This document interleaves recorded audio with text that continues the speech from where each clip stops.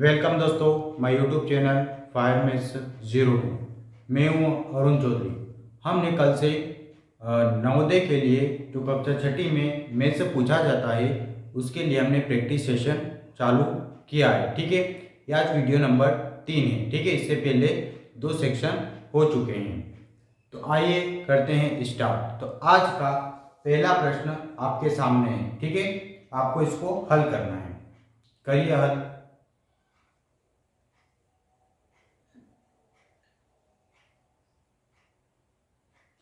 जो आपके सामने 4 विकल्प हैं, उन विकल्प में से उस संख्या, वहां बड़ी से बड़ी संख्या ढूंढनी है जिसमें 45 से पूरा पूरा भाग लग जाता है। ठीक है, ढूंढिए। आ गया उत्तर? ठीक है, देखो हमारा प्रश्न है 4 अंकों की बड़ी से बड़ी संख्या बतानी है जिसमें 45 से पूरा भाग जाता है। ठीक है, संख्या कैसे होनी चाहिए? तो जो संख्या है हमारी 4 अंकों की होनी चाहिए। ठीक है, कैसी होनी चाहिए? 4 अंकों की होनी चाहिए। ठीक है, पहली बात तो ये है कि संख्या 4 अंकों की होनी चाहिए, और दूसरी बात ये है कि वह बड़ी से बड़ी होना चाहिए। ठीक है, 4 अंकों की होना चाहिए और बड़ी से बड़ी होना चाहिए।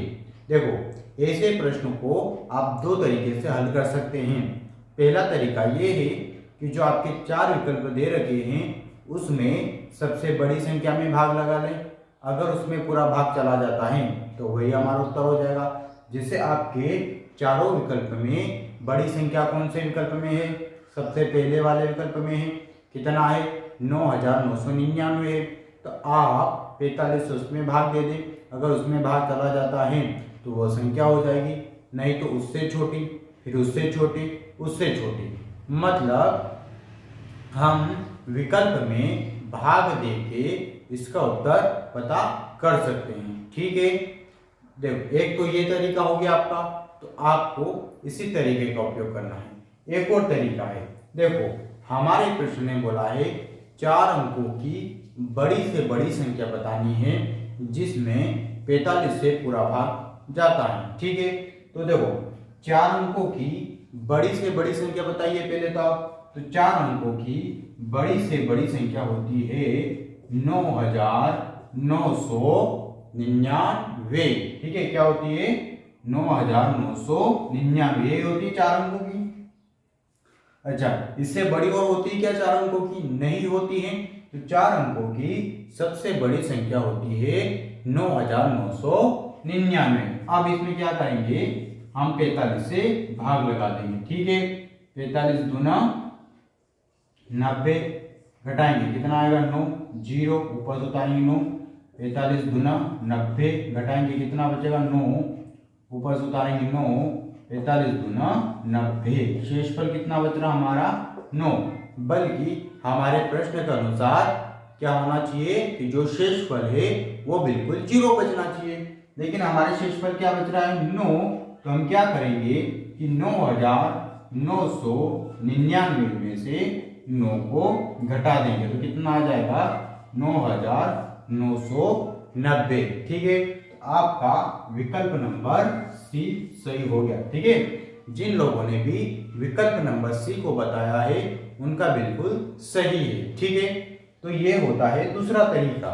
पहला तरीका कुछ भी समझ में नहीं आए, चारों विकल्प ने अगर बड़ी से बड़ी बोला है तो बड़ी संख्या में पहले भाग लगा ले, उसके बाद उससे छोटी संख्या में भाग लगा ले, उसके बाद उससे छोटी संख्या में हम भाग लगा के इस उत्तर की जांच कर सकते हैं। दूसरा तरीका है कि बड़ी संख्या बोला इसलिए हम 4 अंकों की सबसे बड़ी संख्या ले ली, उसमें हमने भाग लगा लिया, जो शेष फल आया उसको हम उसमें से घटा देंगे। अब मैंने यहाँ पे घटाया क्यों है, जोड़ा क्यों नहीं?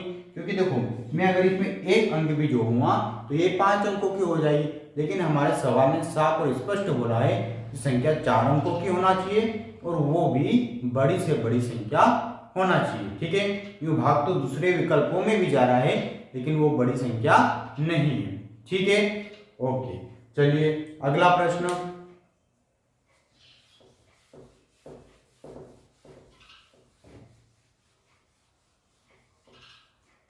अगला प्रश्न करिए। बहुत ही सरल प्रश्न है दूसरा प्रश्न, ठीक है। हो गया होगा, देखते उत्तर दे दिया होगा। बहुत आसान है। क्या है कि 4 का जो संख्या दे रखी है उसमें 4 का स्थानीय मान और 4 का अंकित मान का योगफल ज्ञात करना है। योगफल का मतलब होता है जोड़ना, प्लस, ठीक है। तो देखो हमारे सामने संख्या क्या दे रखी है, 83, 45, 63, यही संख्या दे रखी है हमारे सामने, ठीक है। तो इस संख्या में उसने किसका स्थानीय मान और अंकित मान पूछा है। देखो अंकित मान को एक और नाम से भी जाना जाता है, उसे हम बोलते हैं जातीय मान। कभी आपका प्रश्न आ गया कि बताओ 4 का अंकित मान, सॉरी 4 का स्थानीय मान और 4 का जातीय मान का योग क्या है, तो जो अंकित मान होता है उसे हम जातीय मान भी बोलते हैं। तो 4 का स्थानीय मान, 4 का स्थानीय मान कैसे निकालते हैं कि 4 को लिख दिया, 4 के बाद कितने अंक है, 3 अंक है, तो 3 हमने क्या लगा दी, 0 लगा दी। ये निकल गया हमारा 4 का स्थानीय मान। अब 4 का हमको क्या निकालना है, अंकित मान निकालना है। तो जो अंकित मान होता है, अंकित मान को जातीय मान भी बोलते हैं, और अंकित मान या जातीय मान का जो मान होता है वो वही होता है, उसका बदलता नहीं है, ठीक है। चाहे वो जो अंक है वो किसी भी स्थान पे रहे। तो इसमें 4 का अंकित मान पूछा है तो 4 का अंकित मान 4 ही रहेगा, ठीक है। इन दोनों का क्या करना है, सवाल ने हमारे योगफल बोला है, हम इनको क्या करेंगे, जोड़ देंगे, जोड़ेंगे, कितना आ जाएगा, 4, 0, 0, 4, ठीक है। आपने इसे प्रश्न को बिल्कुल देखते से ही सही बता दिया है, ठीक है। तो विकल्प नंबर डी जो है वो बिल्कुल सही हो जाएगा। जिन लोगों ने भी डी किया है उनका बिल्कुल सही है, ठीक है। वीडियो पसंद आ रहा है, वीडियो को लाइक भी कर लेना है, ठीक है। और अपने जो उत्तर है उनको कमेंट बॉक्स में बताते हुए चलना है, ठीक है, ठीक है। जैसे दूसरे का डी है तो दूसरे का डी बताना है आपको, ठीक है। और जिन लोगों ने सब्सक्राइब नहीं किया है उनको चैनल को सब्सक्राइब कर लेना है, ठीक है, ताकि नई नई नोटिफिकेशन उनको मिलते रहे। चलिए अगला प्रश्न देखिए और हल करिए।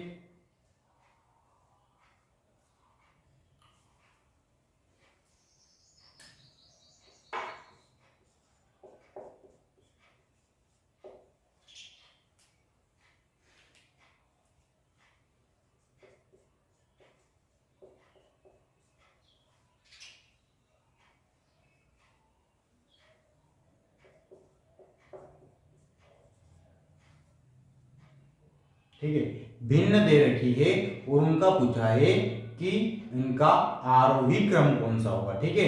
इनका कौन सा क्रम बताना हमको, आरोही क्रम। दो ही क्रम होते हैं, या तो अवरोही होता है या आरोही होता है, या बढ़ते क्रम होता है या घटते क्रम होता है, ठीक है। जो बढ़ते क्रम और घटते क्रम है उनके एक और नाम क्या है, आरोही और अवरोही, ठीक है।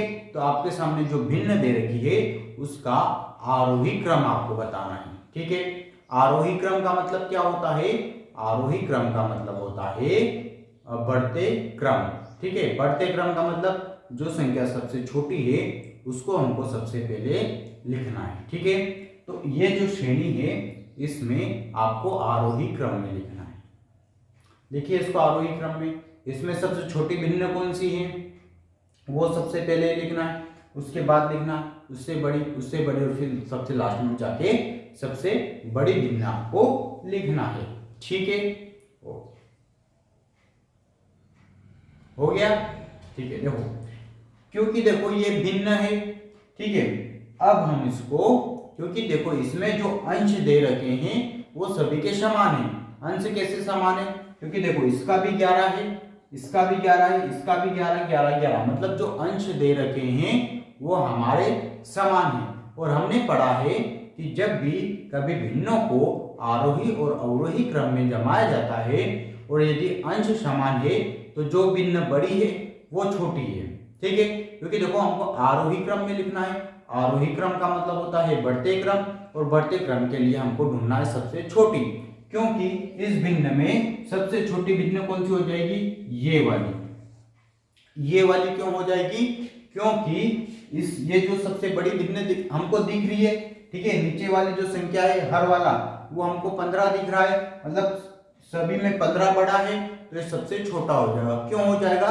क्योंकि ऊपर अंश समान है। अगर नीचे वाली संख्या हर समान है तो जो भिन्न बड़ी है वो बड़ी ही होती है, लेकिन अगर अंश समान है तो जो बड़ी है वो छोटी हो जाती है। ठीक है, तो देखो इसमें छोटी भिन्न कौन सी होगा? 11/15, उसके बाद 11/12, उसके बाद 11/8, 11/6 और 11/5। यही है आप लोगों का भी आंसर। ठीक है, तो इसका विकल्प नंबर बी बिल्कुल सही है। जिन भी लोगों ने विकल्प नंबर बी बताया है उनका बिल्कुल सही है। देखो भिन्न में इस बात का विशेष ध्यान रखना कि अगर अंश जो है वो समान है तो जो भिन्न बड़ी है वो सबसे छोटी है, ठीक है, और जो सबसे छोटी है वो सबसे बड़ी है। अगर हर समान है, हर समान का मतलब होता है कि देखो इसका तो हो गया बी। तो देखो एक और सवाल समझ लो।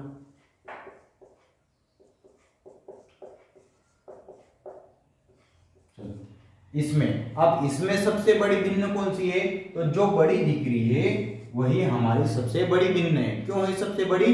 क्योंकि इनके जो हर है वो बिल्कुल समान है। अगर हर समान है तो जो भिन्न बड़ी है वो क्या हो जाएगी? हमारी बड़ी हो जाएगी, और जो छोटी है वो छोटी हो जाएगी। और अगर अंश समान है, ठीक है, जैसे हमने अभी पिछला वाला सवाल किया, अंश अगर समान है तो जो भिन्न बड़ी है वो छोटी हो जाएगी। ठीक है, और आपको इस शब्द पे विशेष ध्यान रखना है कि आरोही और अवरोही शब्द का मतलब क्या होता है। आरोही शब्द का मतलब होता है बढ़ते क्रम, और अवरोही शब्द का मतलब होता है घटते क्रम। बढ़ते क्रम में हम सबसे पहले सबसे छोटी भिन्न को लिखते हैं, उसके बाद उससे बड़ी और क्रम चलता रहता है। चलिए अगला प्रश्न पढ़िए और इसको हल करिए। ठीक है, अपने उत्तर को कमेंट बॉक्स में आपको बताते हुए जाना है।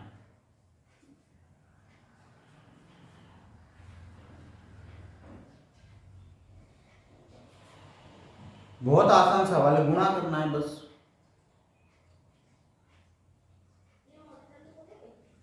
ठीक है, गुणा करते हुए जाना आपको।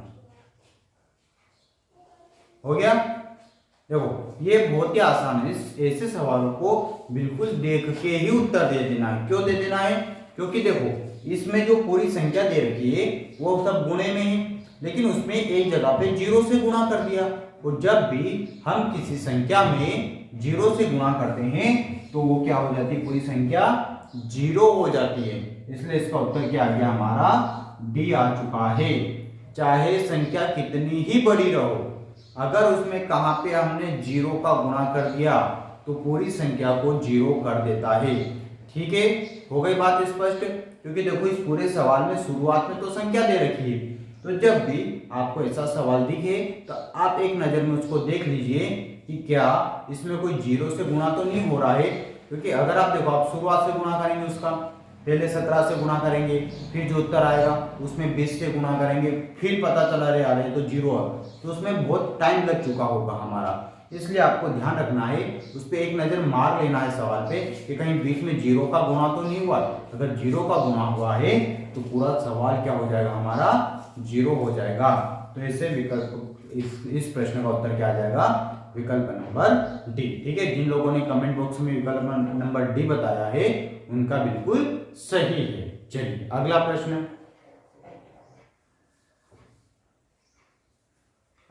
हम करना आपको।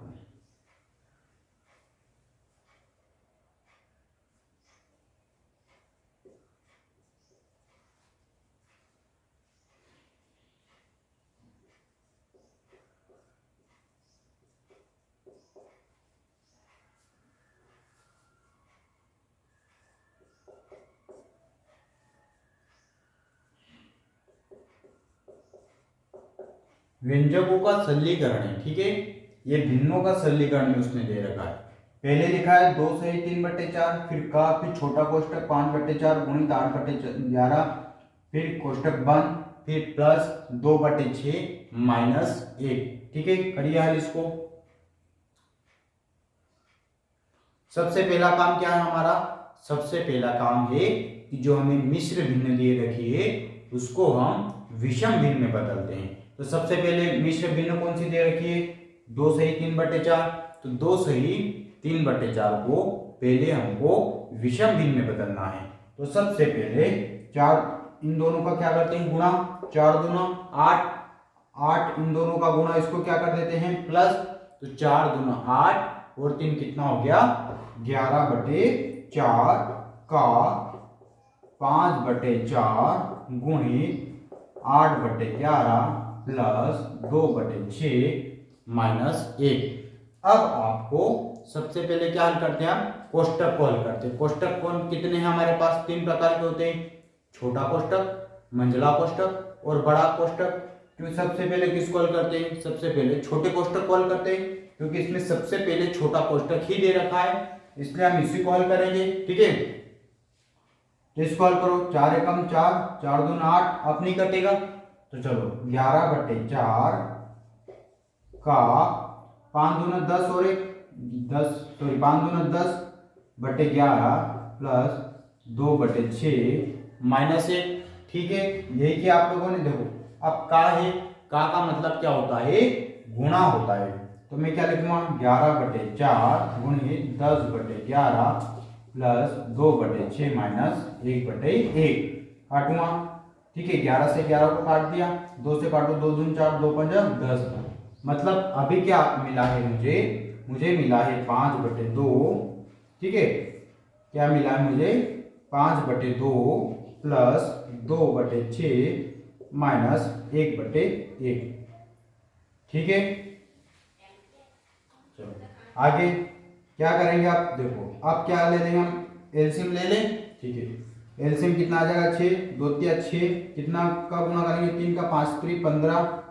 ठीक है, प्लस 2 -6, 5 15 और 2 कितना हो गया, तो 15 और 2 हो गया हमारे कितना 17। 17 में से 2 गए तो सॉरी 17 में से 6 गए तो कितना बचा 11, तो 11/6। क्या 11/6 हमारे विकल्प में है, क्या 11/6 हमारे जो विकल्प दे रखे हैं उसमें है क्या, नहीं है, तो क्या है फिर, तो वो मिश्र भिन्न में दे रखा है। ठीक है, 11/6 हमारा है क्या, नहीं है। ठीक है, काय में है, मिश्र भिन्न में है, तो इसको मिश्र भिन्न में बदलेंगे, तो 11 से भाग लगा देंगे, सॉरी 6 से भाग लगा देंगे 11 में, 6 कम 6 बचेगा कितना 4, तो 4 को लिखा 5 बचेगा ना, तो 5 को लिखा मैंने ऊपर और हो गया नीचे 11, सॉरी 6। तो हमारा उत्तर क्या आ गया, हमारा आ गया 1 सही 5/6। ठीक है, क्या है हमारा 1 सही 5/6, विकल्प नंबर बी। ठीक है, जिन लोगों ने भी बी किया है उनका बिल्कुल सही है। देखो इस सवाल में हमें व्यंजनों का सरलीकरण दे रखा है, मिश्र भिन्न भी दे रखी है और उसने कोष्टक को भी दे दिया है। ठीक है, आगे समझ में, सबसे पहले हम क्या करते हैं, मिश्र भिन्न को विषम भिन्न में बदलते हैं, फिर छोटा कोष्टक को हल किया। ठीक है, फिर का को हल किया, फिर प्लस को हल किया और फिर माइनस को हल कर लिया। हो गया स्पष्ट। चलिए अगला सवाल,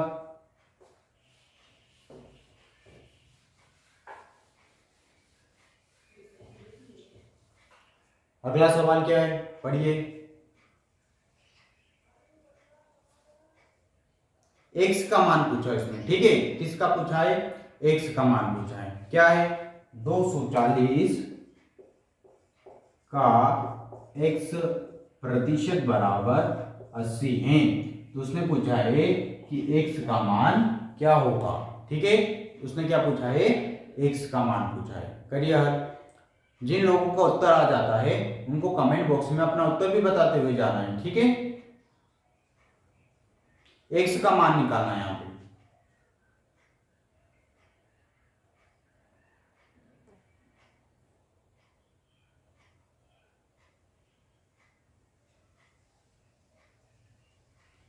देखो ऐसे भी देखो, सबसे पहले हमारे पास क्या है, x का मान निकालना, पर x के पास में प्रतिशत है, तो सबसे पहले हम इस प्रतिशत को हटाएंगे, तो क्या लिखेंगे 240 का x।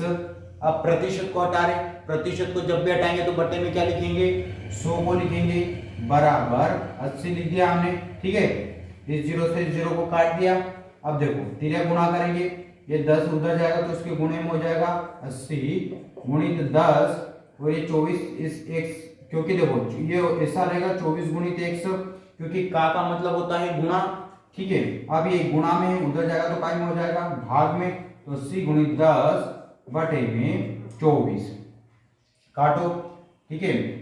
काटेंगे इसको, किससे काटेंगे 4 से, 4 छंग 24, 4 दूना 8, फिर 2 से काटेंगे, 2 क्या 6 और 2 दाम कितना आ गया 100 बटे 3। क्या 100 बटे 3 है हमारे प्रश्न में? हमारे 4 विकल्प में क्या 100 बटे 3 आपको दिख रहा है? बिल्कुल नहीं दिख रहा है, ठीक है। किसमें है? मिश्र भिन्न में। मैंने पहले भी कल वाले वीडियो में भी बताया था, जब भी 100 बटे 3 या कोई भिन्न आती है तो उसके दो मान हो सकते हैं, तो वो दशमलव में हो सकती है या फिर वो मिश्र भिन्न में हो सकती है।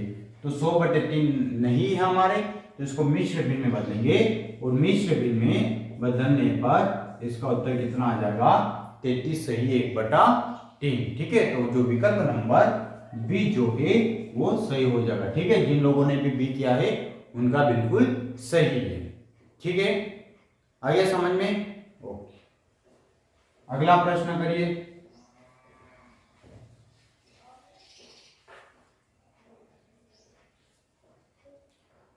3/10 को प्रतिशत में बदलना, ठीक है। बहुत ही आसान सवाल है। 3/10 को प्रतिशत में बदलना है। प्रतिशत में बदलने के लिए क्या करते हैं? 100 से गुणा करते हैं, तो 100 से गुणा कर दिया, काट देंगे, कितना आ गया 30%। सब लोगों का यही उत्तर आया 30%। कौन सा विकल्प हो गया? विकल्प नंबर सी। जिन लोगों ने भी विकल्प सी किया है उनका बिल्कुल सही है, ठीक है। विकल्प नंबर सी सही है, बिल्कुल सही है। ऐसे प्रश्नों को तो देख के हल हो जाएंगे, ठीक है। उसमें वो कुछ नहीं रखा है। किसी भी संख्या हो या दशमलव वाली संख्या हो, उसको जब हम प्रतिशत में बदलते हैं तो हम किससे गुणा कर देते हैं? 100 से गुणा कर देते हैं। वो प्रतिशत दे रखेगा तो प्रतिशत हटा के हम बट्टे में 100 लिख देते हैं। जैसे पिछले वाले सवाल में एक समय प्रतिशत दे रखा है तो हमने प्रतिशत को हटा के बट्टे में 100 लिख दिया था, ठीक है। अगला सवाल करिए। अगला सवाल भी बहुत ही आसान दे रखा है। गुणा करना है 8 गुणित 0.08 गुणित 0.008। तीनों का क्या करना है? गुणा करना। देखो आपको 8 का घन याद है, 8 में 8 का गुणा करेंगे तो 64, 64 में 8 का गुणा करेंगे तो 512। ये आएगा 512। कितने अंक गिनो? 1 2 3 4 5 6 अंकों के बाद हमको दशमलव लगाने, तो कितने 1 2 3 अंक और 4 5 और 6। ये हो गया हमारा उत्तर। आप लोगों का भी ये उत्तर आया, उत्तर नंबर डी, ठीक है। जिन लोगों ने भी डी किया है उनका बिल्कुल सही है, ठीक है। वीडियो अगर पसंद आ रहा तो उसको लाइक भी कर देना है और अपने आंसरों को कमेंट बॉक्स में बताते हुए जाना, ठीक है। चैनल को सब्सक्राइब नहीं किया तो चैनल को सब्सक्राइब कर लेना है, ठीक है। चलिए अगला प्रश्न, ठीक है। जोड़ घटाव गुणा भाग, जहां पे जो चिन्ह दिख रहे हैं उसमें सिर्फ हमको कैलकुलेशन ही करना। अगर गुणा आ रहा तो गुणा करना है, जोड़ आ रहा तो जोड़ करना है, माइनस आ रहा तो माइनस करना है, ठीक है। ऐसे सवालों को सिर्फ प्रैक्टिस से आ सकते हैं, ठीक। अगला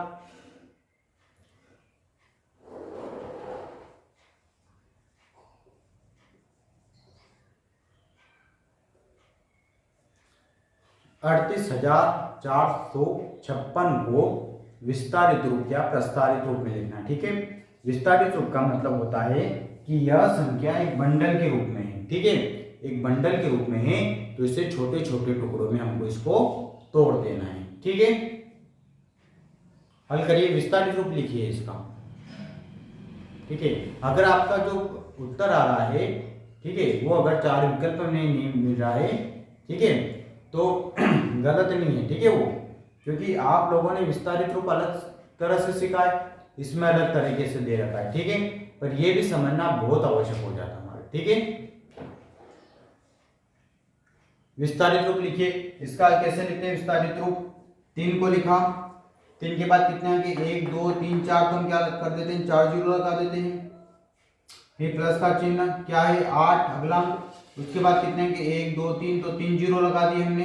फिर प्लस का चिन्ह, फिर अगला क्या है? 4। उसके बाद 1 2, तो 2 जीरो लगा देते हैं, ठीक है। उसके बाद 5 एक अंक, फिर 6, ठीक है। यहाँ तो हो गया स्पष्ट। देखो अब उसने क्या किया है कि जो 3 है वो तो अपनी जगह पे ही है, ठीक है। अब उसने लिखा 10, अब देखो कितना 1 2 3 4, तो 10 की घात 4 कर दिया। 4 जीरो है तो उनको किस रूप में लिख दिया, 3 गुणित 10 की 4। जब हम इसको हल करेंगे तो उत्तर वापस हमारा 30,000 आ जाएगा। इसलिए उसने 30,000 को सिर्फ ऐसा लिखा हुआ है, बाकी वो कुछ भी नहीं किया उसने, ठीक है। अब यहीं पर भी ऐसा किया, प्लस का चिन्ह 8 है, गुणा 10 की घात देखो 1 2 3, तो ये 3 जीरो, ठीक है, 3 लगा दो, प्लस 4 गुणित 1 2, तो 10 की घात 2 लगा दो, प्लस 5 गुणित 10 की घात 1 प्लस 6, ठीक है। अब देखो आपका उत्तर आना था प्लस 6 तक, इसके बाद तो कुछ जीरो है ही नहीं, तो हम 10 की घात क्या लिखे। तो देखना एक बात का आप हमेशा ध्यान रखना, कौन सी बात, कि जब भी किसी की भी घात अगर जीरो होती है तो उसे हम बोलते हैं 1, ठीक है। किसी भी संख्या की या किसी भी एक्स वाई जेड या कुछ भी हो, अगर उसकी घात जीरो है तो वहां उसका मान 1 के बराबर होता है।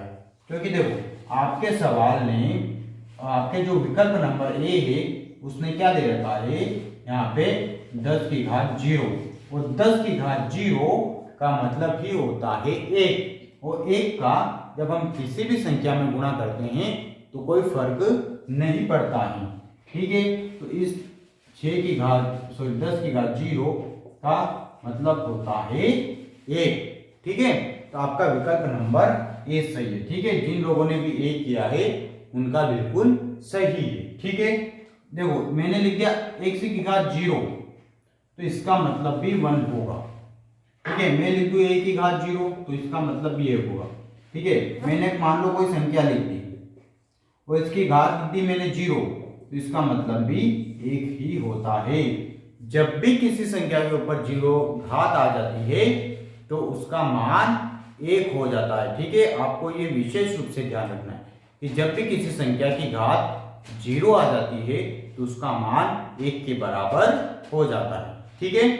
चलिए, यह अच्छा प्रश्न था क्योंकि परीक्षा में ऐसे घुमा के आ सकता है, ठीक है। विस्तारित रूप आपको पता है क्योंकि उसने प्रश्न घुमा के दे दिया, ठीक है। अगला प्रश्न करिए, अगला प्रश्न, ठीक है। अगला प्रश्न आपको करना है, अपने उत्तर को कमेंट बॉक्स में बताते हुए जाना है, ठीक है।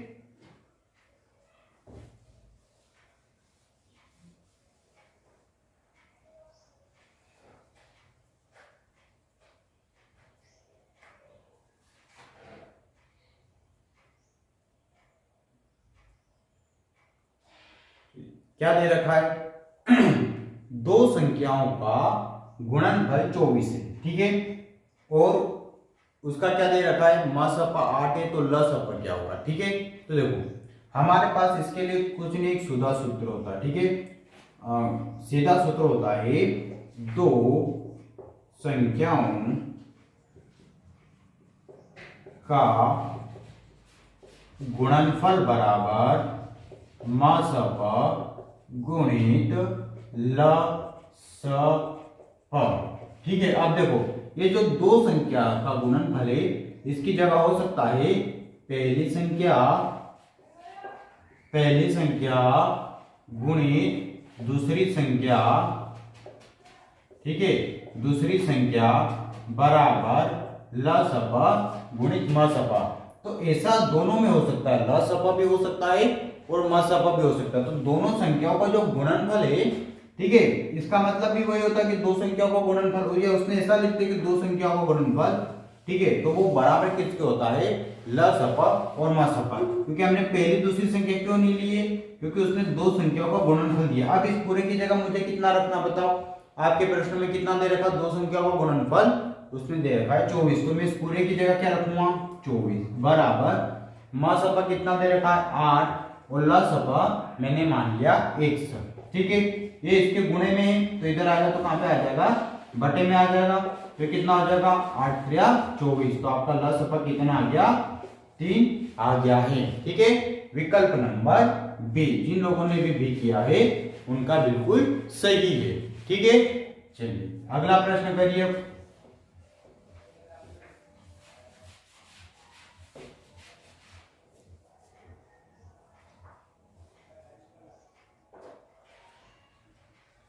अगले प्रश्न में कथन और निष्कर्ष दे रखा, बहुत ही बढ़िया प्रश्न है।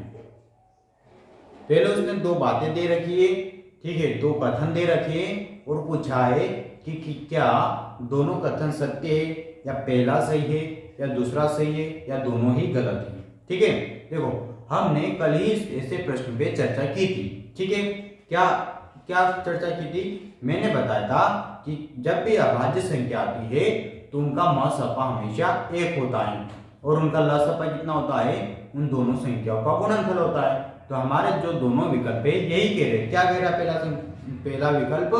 कि दो संख्याओं का, दो जो अभाज्य संख्या होता है उनका म सपा क्या एक होता। आप कौन सी भी दो अभाज्य संख्या ले लो, कौन सी भी ले सकते हैं आप। ठीक है, ऐसा नहीं है कि 5 और 7 को ले, कुछ भी ले सकते हैं आप। 11 17 ले लो, 19 49 ले लो, सॉरी 19 41 ले लो, ठीक है, 47 97 ले लो, कुछ भी अभाज्य संख्या ले लो, उनका म सपा हमेशा क्या रहता है? हमेशा एक ही रहता है। और उनका ल सपा क्या हो जाएगा? तो उनका ल सपा उन दोनों संख्याओं का गुणा हो जाता है। दूसरा कथन यही कहता है कि क्या सॉरी दो अभाज्य संख्याओं का जो ल सपा होता है वो उनका गुणनफल होता है। तो बिल्कुल होता, सही बात है। ठीक है, आप दो कौन सी दो अभाज्य संख्या ले लो, उनका ल सपा निकालेंगे तो एक, सॉरी ल सपा निकालेंगे तो उन दो संख्याओं को गुणनफल आएगा और म सपा निकालेंगे तो हमेशा एक आएगा। तो आपका जो विकल्प नंबर है बी वो बिल्कुल सही हो जाता है। क्यों हो जाता है सही? क्योंकि आपके दोनों विकल्प बिल्कुल सही है। ठीक है, आ गया प्रश्न समझ में? देखो ऐसे प्रश्न भी आ सकते हैं परीक्षा में। ठीक है, ऐसे कुछ भी हल नहीं करना रहता है, वो आपको ये है कि आपको कितना समझ आता है गणित, उसके ऊपर है। ठीक है, तो हमको ऐसे प्रश्नों को भी हल करना याद होना चाहिए। ठीक, क्योंकि दोनों विकल्प सही है, इसलिए बी बोल रहा है कि दोनों कथन सत्य है, इसलिए हमने इसको दोनों पे लगा दिया। ठीक, चलिए अगला प्रश्न।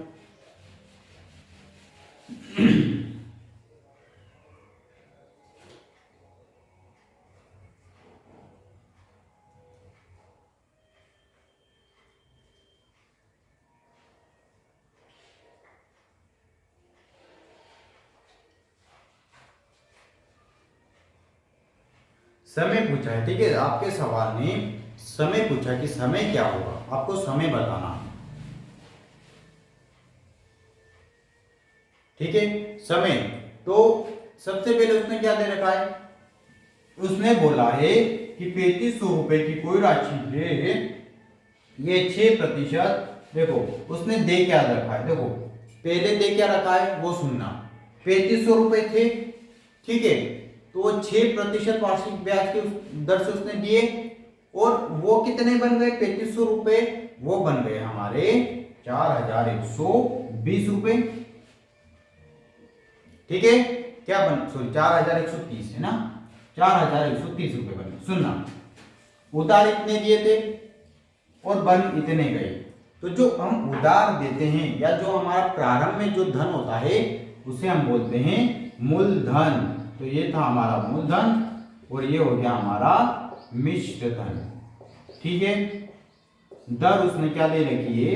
दर उसने दे रखी है 6% वार्षिक। अब उसने क्या पूछा है? उसने पूछा है कि समय, उसने पूछा है कि अगर 6% दर के हिसाब से कोई व्यक्ति किसी को 3500 रुपए देता है तो कितने साल बाद 4130 रुपए बन जाता है। तो जो प्रारंभिक धन होता है उसे हम बोलते हैं मूलधन और जो बाद में हमें ब्याज के साथ में मिलता है उसे हम बोलते हैं मिश्र धन।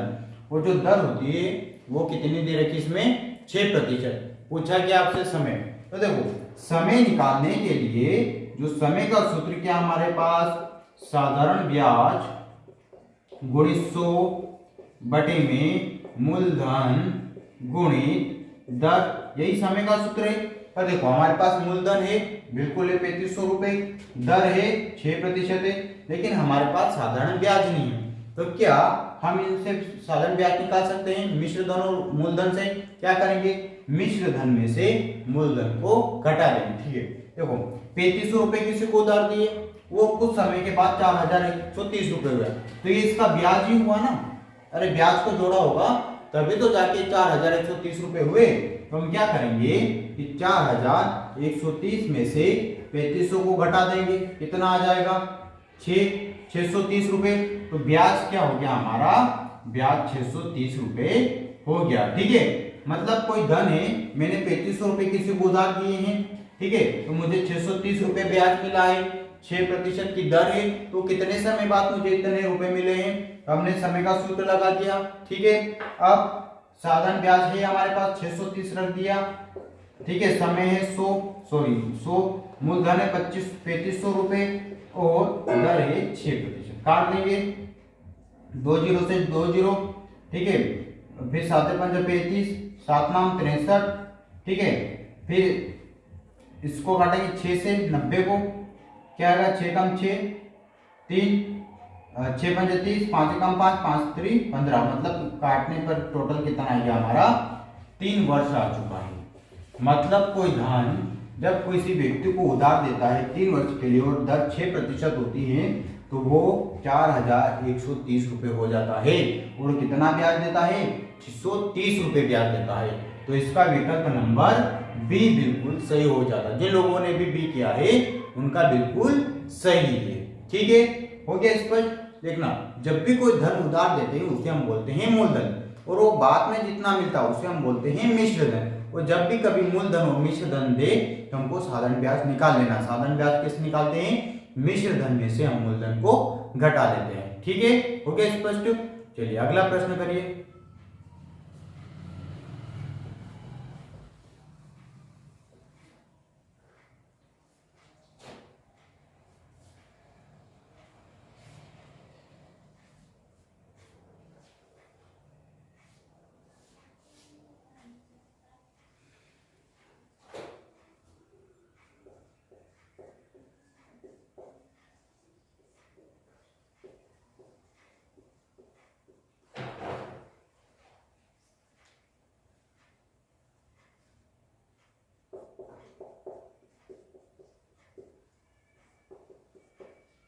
ठीक है, हो गया सवाल।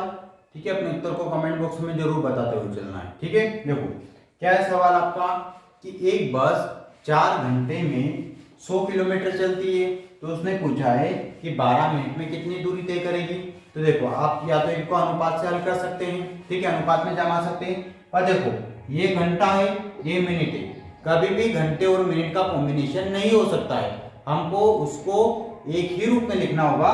तो जो घंटे दे रखे हैं उसको हम काय में बदलेंगे, मिनट में बदलेंगे। तो बदलिए, 1 घंटे में होते 60 मिनट, तो 4, तो कितना आ गया 4 घंटे में कितने मिनट हो गए 240 मिनट। अब सुन लेना, कोई ठीक है वो कितने मिनट में 240 मिनट में 100 किलोमीटर चलती है, तो 1 मिनट का निकाल सकते हैं।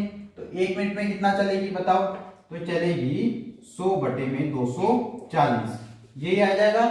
और 12 मिनट का उसने पूछा है, तो 12 मिनट में कितना चलेगी, 12 का हम क्या कर देंगे, इसमें गुणा कर देंगे, काटेंगे 0 से 0, 12 कम 12, 12 2 24, 2 कम 2, 2 5 10, मतलब 5 किलोमीटर चलेगी। ठीक है, विकल्प नंबर 20 का बिल्कुल सही है, विकल्प नंबर 20 सही है। ठीक है, क्योंकि देखो उसने सिर्फ उलझाने के लिए घंटे दे रखे हैं, तो जब भी याद रखना कि घंटे और मिनट की बात होती है तो हमको उसको एक इकाई में लाना होता है। ठीक है, घंटा है तो मिनट है, तो मिनट है तो उसको घंटे में बिल्कुल एक ही इकाई में रखना होगा। तो 4 घंटे की हम बात ही नहीं करेंगे, हमको मिनट में उसको बदलना पड़ेगा और मिनट हो जाएंगे।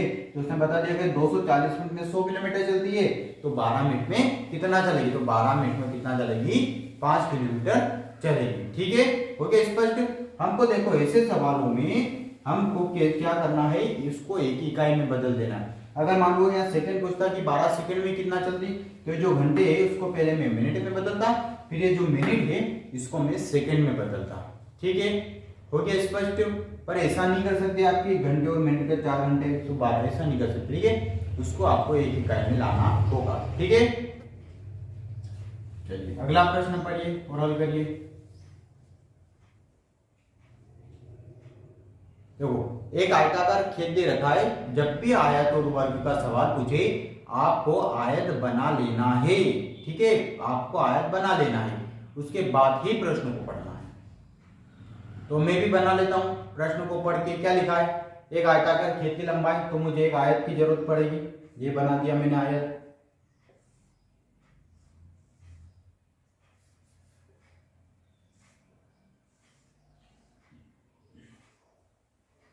ठीक है। उसने बोला है आयताकार खेत की लंबाई और चौड़ाई दे रखी है, लंबाई दे रखी है 49 मीटर, ठीक है। चौड़ाई कितनी दे रखी है 4 मीटर, बहुत ही बढ़िया। और क्या चाहिए, एक आयताकार खेत भी दे दिया, उसमें लंबाई चौड़ाई भी दे दी, तो कुछ माथापच्ची करने की जरूरत ही नहीं है हमको, ठीक है। एक आयताकार खेत भी दे दिया, उसकी लंबाई चौड़ाई भी दे दी, तो हम इसका क्षेत्रफल भी निकाल सकते हैं, हम इसका परिमाप भी निकाल सकते हैं। क्षेत्रफल हमको पता है, लंबाई गुणित चौड़ाई, परिमाप पता है, 2 गुणित लंबाई प्लस चौड़ाई हो जाएगा, ठीक है। प्रश्नों को आगे पढ़िए। एक वर्गाकार खेत के क्षेत्रफल के बराबर, ठीक है भैया। इसका मतलब है कि एक वर्गाकार खेत है, सुन ले, ये भी एक खेत है और ये भी खेत है, ठीक है। अब वो प्रश्न आपका क्या बोल रहा है कि ये आयत है, ये आयताकार खेत है और ये वर्गाकार खेत है, ठीक है। आयताकार है मतलब इसकी एक भुजा लंबी है, एक छोटी है, इसकी चारों भुजाएं बराबर है, ठीक है। एक वर्ग के रूप में है और एक आयत के रूप में है। अब बोल रहा है कि इसका जो क्षेत्रफल है, इसका जो क्षेत्रफल है वो इसके क्षेत्रफल के बराबर है, मतलब आयत का क्षेत्रफल, आयत का क्षेत्रफल उसने दे रखा है बराबर वर्ग का क्षेत्रफल, यही उसने बोला। देखो प्रश्न को बड़े ध्यान से पढ़ो, क्या बोला उसने कि एक आयताकार खेत है, एक वर्गाकार खेत है। आयताकार खेत की लंबाई चौड़ाई उसने दे दी और बोला कि इसका जो भी क्षेत्रफल आएगा तो बता दो इसका क्षेत्रफल कितना, तो लंबाई और चौड़ाई का गुणा करेंगे, 49 में 4 का गुणा करेंगे, कितना आ जाएगा 196 मीटर स्क्वायर आ जाएगा। क्योंकि जब भी हम क्षेत्रफल की बात करते हैं तो देखो अब उसने बोला कि ये जो 196 आया, ये जो इसका क्षेत्रफल 196 वो इसका भी क्षेत्रफल है। अरे इसका मतलब यही हुआ ना कि 196 इसका क्षेत्रफल है, वो इसका भी क्षेत्रफल 196 है, ठीक है। ऐसा प्रश्न ने पहले ही बोल दिया है कि चाहे उनकी भुजा मत रहो, लेकिन उसका जो क्षेत्रफल आएगा उसके क्षेत्रफल के बराबर है, मतलब इसका जो क्षेत्रफल आया उसके क्षेत्रफल के बराबर है। अब मुझे बताओ, आपके पास वर्ग का क्षेत्रफल है, उसने क्या पूछा, इस वर्ग का परिमाप पूछा है। तो सुनना, आपके पास क्या है, आपके पास क्षेत्रफल है। क्षेत्रफल क्या होता है, भुजा गुणित भुजा, वर्ग का क्षेत्रफल भुजा गुणित भुजा, क्षेत्रफल की जगह कितना रखेंगे 196 और भुजा गुणित भुजा, ठीक है। तो भुजा की घात 2, जब भुजा की घात 2 हो गई तो ये कितना हो जाएगा, ये किसका वर्ग है 196, 14 का वर्ग है, ठीक है। तो हमारी भुजा कितनी आ गई 14 आ गई, ठीक है। भुजा बराबर 14, क्योंकि देखो जब भी घात चली जाएगी तो हम इसको देखने की ये किसका वर्ग है, ठीक है। तो क्योंकि 196 14 का वर्ग है मतलब भुजा आ गई 14, मतलब ये 14 का है, ये भी 14 का है, ये भी 14 का है और ये भी 14 का है, ठीक है। अब उसने क्या पूछा है, उसका परिमाप, चारों भुजाओं को जोड़ दो, कितना 14 दूनी 28, 14 तो 56 मीटर हो जाएगा, ठीक है। परिमाप पूछा इसलिए मीटर की घात 2 नहीं होगा इसका। आगे समझ में कैसे हुआ, देखो उसने बोला है कि एक आयताकार खेत है और एक वर्गाकार खेत है, लेकिन अगर आप इसका क्षेत्रफल मापेंगे तो वो बिल्कुल बराबर है। अब आयताकार खेत की लंबाई और चौड़ाई उसने दे रखी तो हम इसका क्षेत्रफल निकालेंगे। उसने बोला कि जो क्षेत्रफल निकला 196 मीटर, ये इस खेत का ही क्षेत्रफल है, इस वर्ग का भी क्षेत्रफल है। तो देखो 14 में 14 को गुणा करेंगे तो 196 आ जाएगी। आ गई बात समझ में, मतलब दो खेत है पर दोनों का क्षेत्रफल समान है, लंबाई चौड़ाई अलग अलग, ठीक है। मान लो दो भाई है, उनके बीच में खेत का बंटवारा हुआ तो लंबाई चौड़ाई उनकी अलग अलग है, एक वर्गाकार के रूप में एक आयताकार के रूप में, लेकिन उनको बराबर हिस्सा मिला होगा जमीन में, ठीक है, कम ज्यादा नहीं मिला, उसी प्रकार है, ठीक है। तो इसकी लंबाई चौड़ाई, क्योंकि क्षेत्रफल आपने जब भी वर्ग का क्षेत्रफल दे बिल्कुल आसानी से हम एक भुजा निकाल सकते हैं, और जब एक भुजा निकाल सकते हैं तो उसका परिमाप भी बिल्कुल आसानी से निकाल सकते हैं।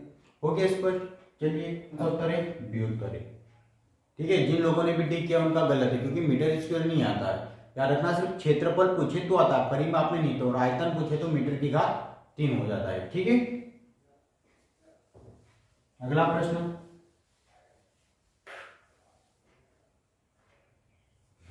अगला प्रश्न करिए। अगला प्रश्न क्या है, पढ़ना है, ठीक है। आपको सभी याद है, आपको सिर्फ प्रैक्टिस करना है, ठीक है। क्या दे रखी उसने, चाल दे रखी है, चाल कितनी दे रखी है 36 किलोमीटर प्रति घंटा दे रखी है। ठीक है, ये दे रखी है चाल आपके सवाल में, क्या दे रखी है 120 मीटर। 120 मीटर क्या दे रखा है, प्लेटफॉर्म की लंबाई, रेलगाड़ी की लंबाई क्या है, रेलगाड़ी की लंबाई। ठीक है, आपके सवाल में ठीक है क्या दे रखी है, चाल दे रखी है 36 किलोमीटर प्रति घंटे और 120 मीटर रेलगाड़ी की लंबाई दे रखी है। ठीक है, उसने पूछा है कि एक मनुष्य एक प्लेटफॉर्म पे खड़ा हुआ है। ठीक है, एक रेलगाड़ी, सुन लो इधर, जैसे ये एक प्लेटफॉर्म इतना लंबा है। ठीक है, इधर से एक रेलगाड़ी आती है।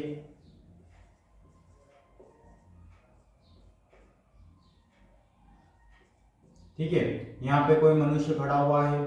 ठीक है, तो बोल रहा है कि ये जो रेलगाड़ी है इसकी लंबाई है टोटल 120 मीटर। इसकी लंबाई कितनी है, टोटल 120 मीटर है। तो ये बोल रही है कि ये इसको कितनी देर में पार करेगी, ये जो प्लेटफॉर्म पे जो व्यक्ति खड़ा है इसको कितने समय में पार कर देगा, यदि इसकी चाल 36 किलोमीटर प्रति घंटा है। तो मैं आपको बता दूं, देखो आपको, देखो पहले तो ये देखो कि ये मीटर लिखा हुआ है कि नहीं लिखा हुआ है, यहाँ पे 120 मीटर बिल्कुल लिखा हुआ है और उसने यहाँ पे दे रखा है किलोमीटर। क्या इनका कॉम्बिनेशन हो सकता है, जब भी सवाल चाल, दूरी, समय या रेलगाड़ी का दे तो हमें एक चीज का ध्यान रखना है। कौन सी चीज का, देखो पूरा सवाल एक इकाई में होना चाहिए। ये किलोमीटर में है तो ये मीटर में नहीं हो सकता। अगली बात समझ में, ये अगर किलोमीटर में है तो ये मीटर में नहीं हो सकता है, या ये मीटर में तो फिर ये किलोमीटर में नहीं हो सकता। तो हम सबसे पहले सवाल पढ़िए, सवाल के विकल्प पढ़िए, उसमें क्या दे रखा है, सेकंड दे रखा है। मतलब ये जो किलोमीटर है 36, इसको हमको देखो, अब किलोमीटर प्रति घंटा है, इसको मीटर प्रति सेकंड में बदलने के लिए क्या करते हैं, हम 5/18 से गुणा कर देते हैं। तो 18 कम 18, 18 दूनी 36, 5 दूना 10। अब ये जो 10 आया ये हो जाएगा 10 मीटर प्रति सेकंड। हो गया स्पष्ट। उसने किलोमीटर प्रति घंटे में दे रखा है, हमको मीटर में उसको बदलना है। तो अब ये जो चाल है 36 है, हमें पता है कि जब भी किलोमीटर प्रति घंटा है उसको मीटर प्रति सेकंड में बदलने के लिए 5/18 से गुणा करते हैं। हमने इसको काटा, कितना गया 10 मीटर प्रति सेकंड। अब ये मीटर हो गया और ये भी मीटर हो गया। अब हो गया सेम, अब कोई दिक्कत नहीं। अब पढ़िए, देखो 120 मीटर ही रेलगाड़ी की चाल ये है, तो समय क्या आ जाएगा हमारा, समय हो जाएगा, समय क्या हो जाएगा, दूरी बटे क्या हो जाता हमारा, चाल हो जाता। बताओ दूरी टोटल कितनी है, 120 है, समय कितना है 10 है, काट देंगे कितना आ गया 12 सेकेंड। अब सुन लेना, सेकेंड क्यों आया, क्योंकि देखो यहाँ पे हम सेकेंड की बात कर रहे हैं इसलिए यहाँ पे सेकेंड आया। अगर यहाँ किलोमीटर प्रति घंटा होता तो यहाँ पे भी फिर 12 घंटे आते, लेकिन हमने क्योंकि इसको जो किलोमीटर प्रति घंटे है उसको मीटर प्रति सेकंड में बदल दिया, तो यहाँ पे जो उत्तर आएगा वो भी किस में आएगा, सेकंड में आएगा, घंटे में नहीं आएगा। ठीक है, तो आपका जो विकल्प नंबर है, विकल्प नंबर ए सही हो गया। जिन लोगों ने भी बताया है उनका बिल्कुल सही है। ठीक है, ये आगे समझ में बहुत इंपॉर्टेंट है रेलगाड़ी वाला। ठीक है, क्या है कि किलोमीटर और मीटर का कॉम्बिनेशन नहीं हो सकता, या तो इसको मीटर में बदल दो या किलोमीटर में बदल, क्योंकि हमारे 4 विकल्प में सेकंड है, इसलिए इस घंटे को भी हमको सेकंड में बदलना होगा, इसलिए हमने इस किलोमीटर प्रति घंटे को पूरे को ही मीटर प्रति सेकंड में बदल दिया। हो गया स्पष्ट। ठीक है, अभी रेलगाड़ी इस मनुष्य को कितने सेकंड में पार करेगी, तो वही हमको समय निकालना, तो समय का सूत्र होता है दूरी बटे 4। हो गया स्पष्ट। अगला प्रश्न,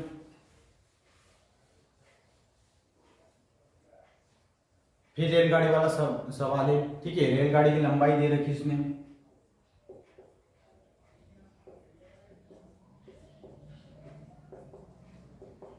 रेलगाड़ी की लंबाई दे रखी कितनी, 120 मीटर।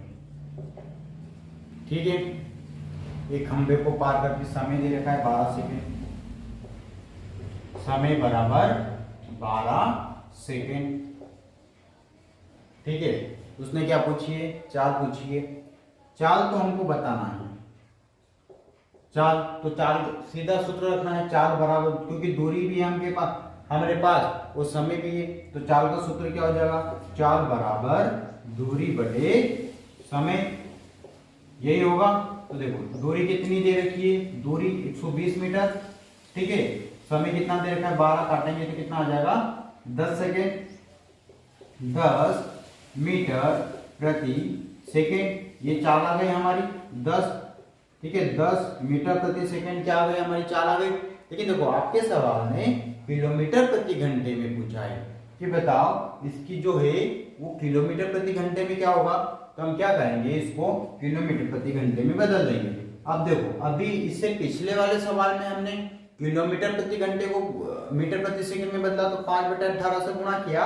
अब मीटर प्रति सेकंड को किलोमीटर में बदलने के लिए हम क्या कर देते हैं कि 18/5 से गुणा कर देते हैं, 5 एकम 5, 5 दूनी 10, तो कितना आ गया इसकी चाल 36 किलोमीटर प्रति अब घंटा आएगा, ठीक है। यहाँ पे सेकंड नहीं आएगा।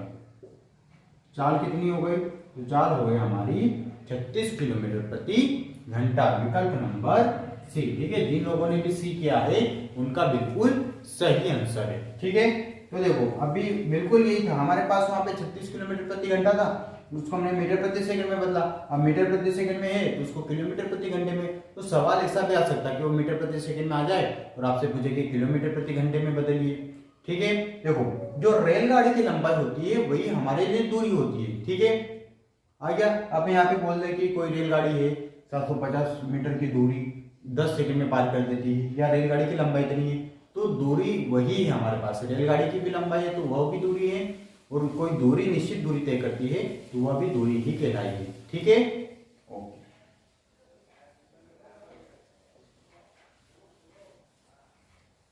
ठीक है। तो देखो ये जो रेलगाड़ी के दोनों सवाल है, इसमें हमने मीटर प्रति सेकंड को किलोमीटर प्रति घंटे में और किलोमीटर प्रति घंटे को मीटर प्रति सेकंड में बदलना सीख लिया, ठीक है। अगर रेलगाड़ी के प्रश्न आएंगे तो आपको हल कर देना, ठीक है। अब मैंने प्लेटफॉर्म की लंबाई वाला भी बता दिया, एक मनुष्य को पार करेगी वो वाला भी बता दिया। अब अगला प्रश्न पढ़िए।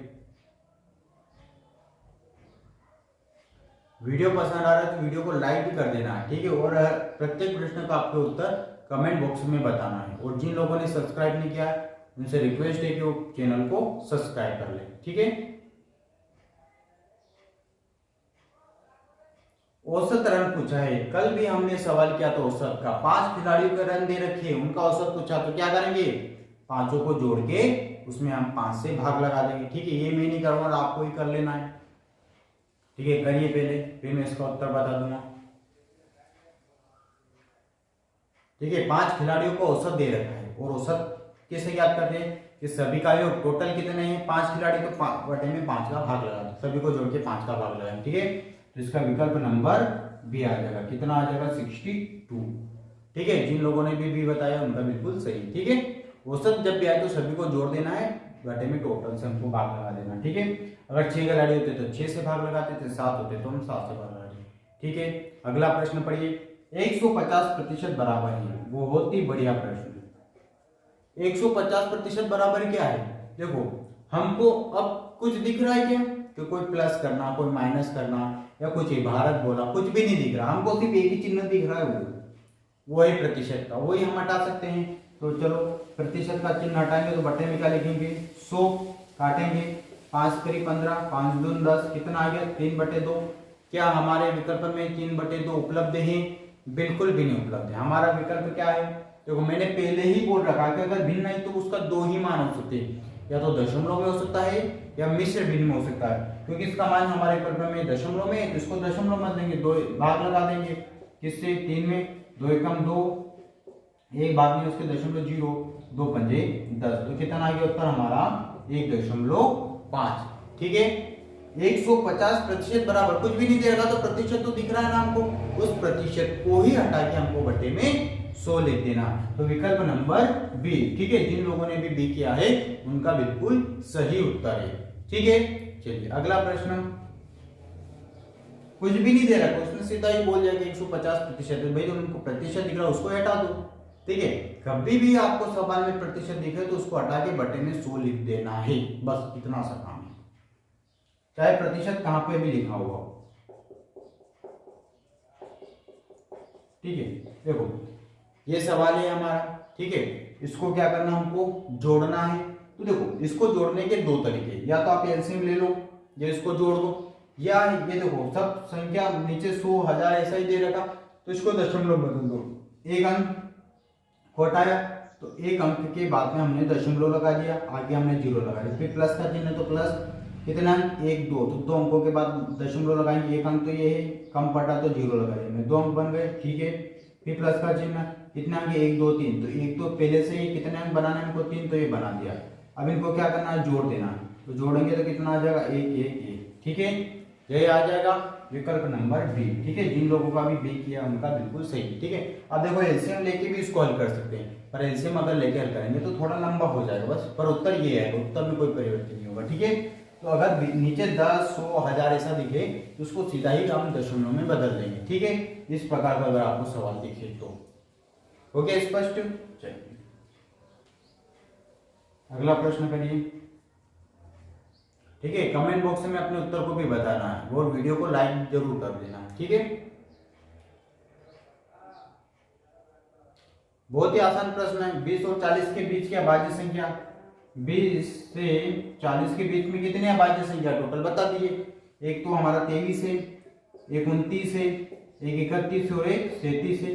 कितने हैं टोटल, टोटल इनकी संख्या पूछिए, तो टोटल संख्या कितनी है, 4 है। तो विकल्प नंबर सी, जिन लोगों ने भी सी किया है उनकी बिल्कुल सही है, ठीक है। तो आज का सेशन यहीं पे कंप्लीट होता है, ठीक है। आप लोगों को 20 में से कितने आपने बिल्कुल सही किए उनका कमेंट बॉक्स में लिख देना, अपना नाम लिखना पहले तो, ठीक है। और 20 में से कितने, मान लो 19 से किया तो अपना नाम और उसके सामने लिख देना 19, तो मैं समझ जाऊंगा कि आपके 20 में से 19 सही है, ठीक है। वीडियो अगर पसंद आए तो वीडियो को लाइक जरूर कर देना है, जिन लोगों ने सब्सक्राइब नहीं किया उनको सब्सक्राइब कर लेना है, ठीक है। और इसी प्रकार ये सीरीज कंटिन्यू रहेगी, ठीक है। आज हमारे 3 लेक्चर कंप्लीट हो चुके हैं, इससे आगे भी यहाँ इसी प्रकार आती रहेगी, ठीक है। और हम जो 20 प्रश्न हैं उनकी और अधिक प्रैक्टिस करते रहेंगे। तो आज के लिए इतना ही रखते हैं, थैंक यू।